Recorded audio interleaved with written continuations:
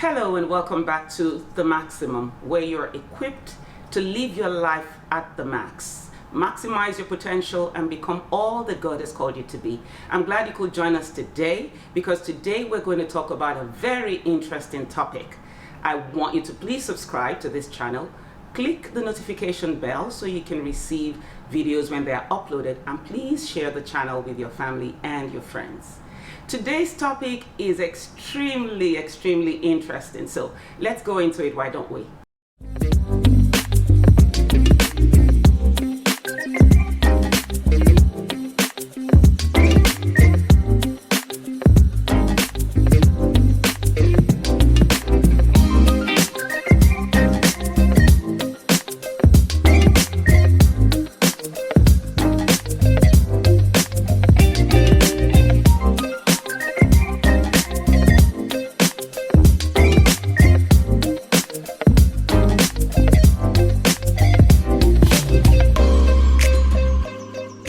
Today's topic is titled, Overcome Your Limitations. Are you curious to know what possibilities exist beyond where you are right now? Do you have a longing to become who and what God has called you to be? Are you tired of where you are and you're yearning for fulfillment? Well, I'll take a story from the book of 2 Kings chapter 7 from verse 3 to 11 in the New King James Version translation. I believe this story is going to provide some valuable instruction that you can glean from to jumpstart you and get you going on the journey to your fulfillment. So let's lean in and learn together.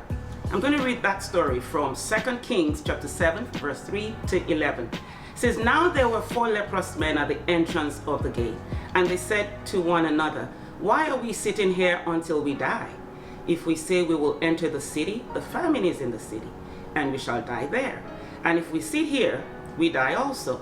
Now therefore, come, let us surrender to the army of the Syrians. If they keep us alive, we will live, and if they kill us, we shall only die.' And they rose at twilight to go to the camp of the Syrians. And when they had come to the outskirts of the Syrian camp, to their surprise, no one was there. For the Lord had caused the army of the Syrians to hear the noise of chariots and the noise of horses, the noise of a great army. So they said to one another, 'Look, the king of Israel has hired against us the kings of the Hittites and the kings of the Egyptians to attack us.'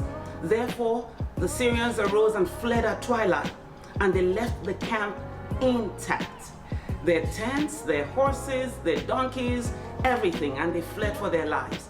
And when these 4 lepers came to the outskirts of the camp, they went into one tent, and they ate and drank, and carried from it silver and gold and clothing, and went and hid them. Then they came back and entered another tent, and carried some there also, and they went and hid it." In verse 9 it says, "Then they said to one another, 'We're not doing right. This is a day of good news, and we remain silent. If we wait until morning light, some punishment will come upon us. Now therefore, come, let us go and tell the king's household.' So they went and came to the gatekeepers of the city and told them, saying, 'We went to the Syrian camp, and surprisingly, no one was there. Not a human sound, only horses and donkeys tied, and the tents were intact.' And the gatekeepers called out, and they told it to the king's household inside." Very interesting story, like I said. I want you to know that life is no walk in the park. Each of us have limitations we need to overcome to become the best that God wants us to be. It's no different with these 4 lepers. They too had the limitations that they had to overcome. For one, they were leprous. So let's see how they did it, okay? Number 1, they challenged the status quo and they defied the norm. They were leprous, and lepers were not allowed in the city. The best they could come to the city was at the entrance of the gate of the city. The city we're talking about was a city under siege from the Syrian army. But this same city also represents endless possibilities to these lepers. But they could only come as far as the entrance of the gate. So we don't know how long they've been there, but here is what we know.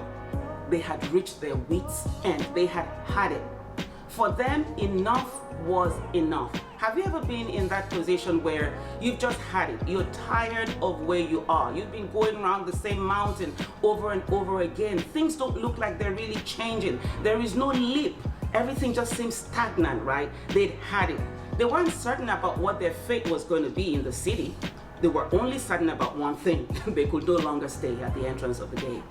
So they could no longer endure the limitations that that position presented to them. They could no longer endure the limitation of their disease, that it had put upon them. They resolved to defy the norm. They spoke to one another about it. They started speaking. If we sit here, we die. If we go into the city, we die. Maybe the Syrian army will kill us. One way or the other, we probably will die. But can we please just have a change, something different before we die? But let me let you know ahead of time, they didn't die after all, So they decided to defy their disadvantage.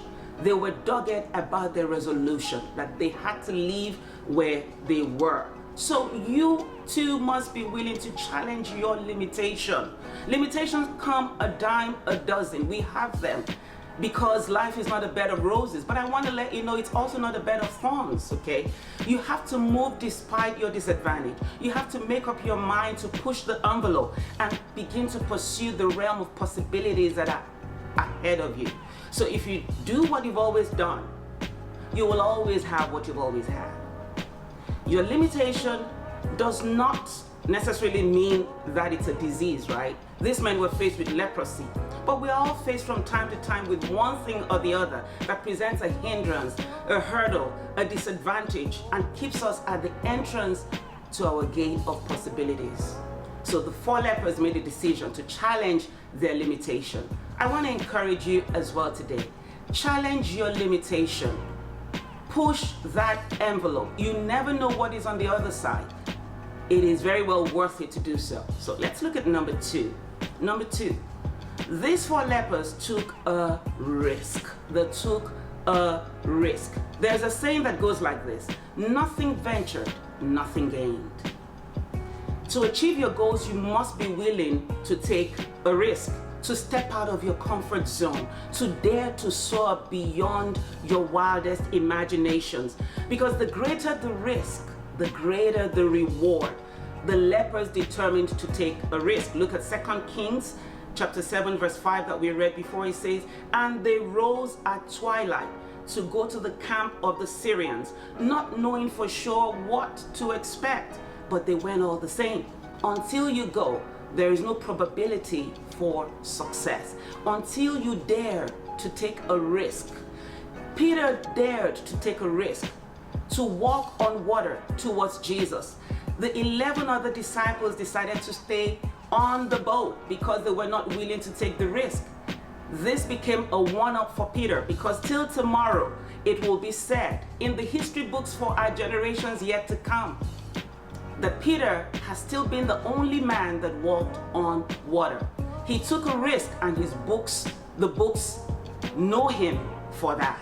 You and I too, history wants to know us for something. Until we take that risk, we will not arrive at our desired destination. So yes, Peter had a rough time, because many people are so glad to say, but he began to sink at some point. It meant he didn't have faith. Man, but look at it. He had faith enough to leave the boat. It doesn't mean that when you dare to take a risk that there will not be rough patches. It just means that the fact that you took that risk is impressive to God, and He'll come and back you up throughout the journey. It may shake, it may shiver, but you will stand steadfast and you will reach your goal. So they dare to take a risk. If you are daring to take that risk, to apply for that position, to take that risk, to start that business, to take that risk, to go for that bachelor's or that master's degree that you've been putting off, there's no telling what the possibilities are for you. The 4 lepers took a risk, and we know the end of the story because we read it, that they achieved much more than they could ever have imagined. There's possibilities ahead of you, so take a risk. And then I'm going to be talking today also about the 3rd one, and I believe I'm going to stop here for today. And so I hope you'll be able to join me again next week for part 2 of overcoming your limitations. Let me ask a quick question. Have you subscribed yet? Please do so. The more we take this gospel out and make it public, the better for all of us, all right? So, number 3, these 4 lepers were courageous. To be courageous is not to be deterred by danger or pain. It is to be brave. It is to be fearless. It is to be bold. Though they were lepers, it was their physical condition. It was not their mental condition. Bravery is a thing of the heart. Bravery and fearlessness is a thing of the mind. It's saying, I am not a victim. It's walking in the victor mentality. It's knowing that Jesus has won us the victorial freedom that we desire to be able to achieve everything that we need to achieve in life. And their mental bravery was commendable. If that dream that you have is worth having, then it's also worth fighting for. And if you don't employ bravery, you will not win the battles of life. Fearful men and women will always wish, but brave and courageous men and women will always win. In 2 Timothy chapter 1 verse 7, in the New King James Version translation, the Bible says, "For God has not given us the spirit of fear, but of power, of love, and of a sound mind," strong mental capacity. So don't be timid. You can do this. Encourage yourself and maximize your potential. Guess what? I'm rooting for you. So I'll stop here this week, but I want to encourage you. Share this message with someone. Everybody needs to hear this kind of words from time to time, because sometimes we're up, sometimes we're down. That's just life. So be a blessing to someone. You subscribe, share the video, click the notification bell so that you can be notified when next another video is uploaded. I look forward to seeing you next week when we look at part 2 of Overcome Your Limitations. God bless you. Ciao.